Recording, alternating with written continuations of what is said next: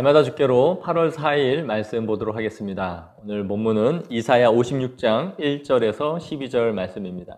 우리가 갈라디아서를 보다가 이사야로 돌아왔는데요. 오늘 본문을 보시면서 갈라디아서의 내용과 좀 연결지어서 보시면 좋을 것 같다라는 생각을 하게 됩니다.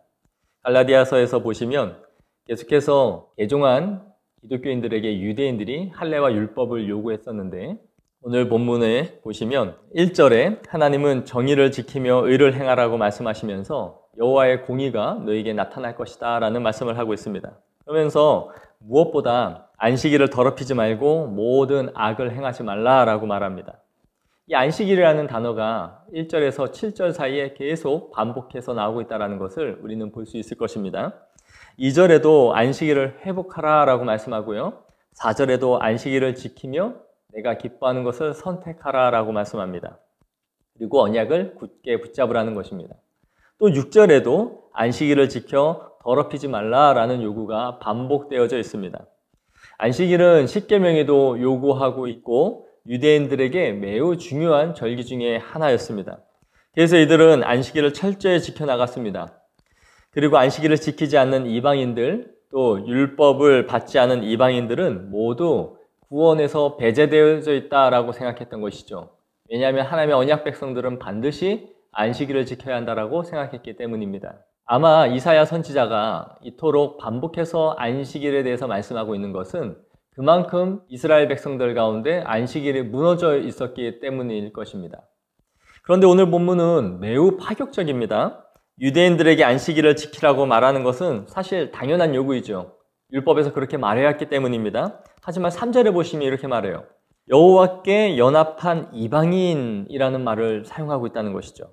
여호와께 연합되었다는 것은 유대인들 외에는 상상할 수 없는 표현입니다. 그런데 오늘 이사야 선지자는 여호와께 연합된 이방인이라는 개념을 말해주고 있는 것이죠. 신약시대에 와서도 바울이 유대주의자들과 이토록 싸웠던 것은 그들에게 여호와와 연합된 이방인들은 있을 수 없다라고 생각했기 때문입니다.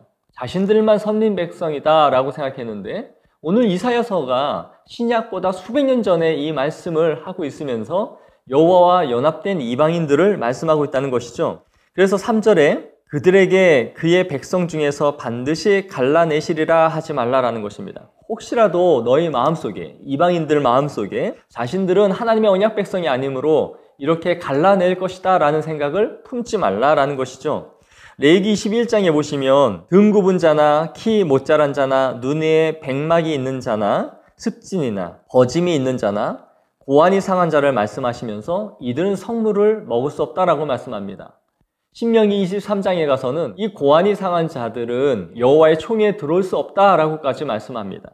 그런데 지금 여호와께 연합한 이방인이라는 이 개념 속에 이 고자들까지 포함시키면서 말씀하고 있는 아주 파격적인 말씀을 하고 있는 것이죠. 지금 이사야 선지자가 하는 말은 폭탄과 같은 선언을 하고 있고 매우 파격적인 선언을 하고 있는 것입니다. 율법에서도 맡고 있는 이 부류의 사람들을 모두 안식일에 들어올 수 있는 사람들로 명시해주고 있는 것이죠. 그러면서 6절, 7절에 안식일을 지켜 더럽히지 아니하며 나의 언약을 굳게 지키는 이방인마다 내가 곧 그들을 나의 성산으로 인도하여 기도하는 내 집에서 그들을 기쁘게 할 것이다 라고 말씀하는 것입니다. 그들이 번제와 희생 제물을 하나님 앞에 드릴 수 있을 뿐만 아니라 그들이 드리는 것을 하나님이 기쁘게 받아주실 것이다 라는 것을 말씀하고 있는 것이죠. 어쩌면 오늘 이 본문은 구약 안에 있는 신약이라고 불릴 만큼 이 복음을 너무 명확하게 구약 안에서 보여주고 있는 것입니다. 여기서 말하고 있는 핵심이 무엇입니까? 하나님의 자녀가 되는 것은 그들의 육적인 혈통에 따른 것이 아니라 안식일을 거룩하게 지키며 그분의 언약을 붙잡고 따라 살아가고자 하는 자들이 모두 하나님의 백성이 될 수 있다는 것을 말씀해주고 있는 것이죠. 그리고 이러한 개념이 신약에 와서 예수 그리스도 안에서 온전히 완전히 성취된 것임을 우리는 알 수 있는 것입니다. 그리하여 에베소서 2장 14절에 이렇게 말씀합니다. 그는 우리의 화평이신지라 불로 하나를 만드사 원수된 것 곧 중간에 막힌 담을 자기 육체로 허셨다라고 말씀하고 있는 것이죠.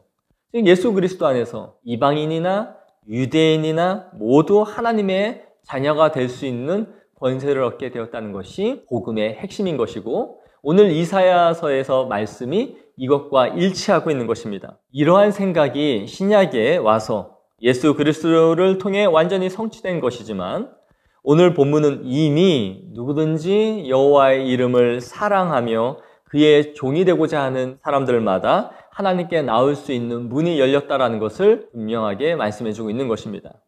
우리는 이 본문을 통해 하나님의 복음이 어떤 조건이나 자격이 없이 모든 사람들에게 열렸음을 기억하기를 원합니다.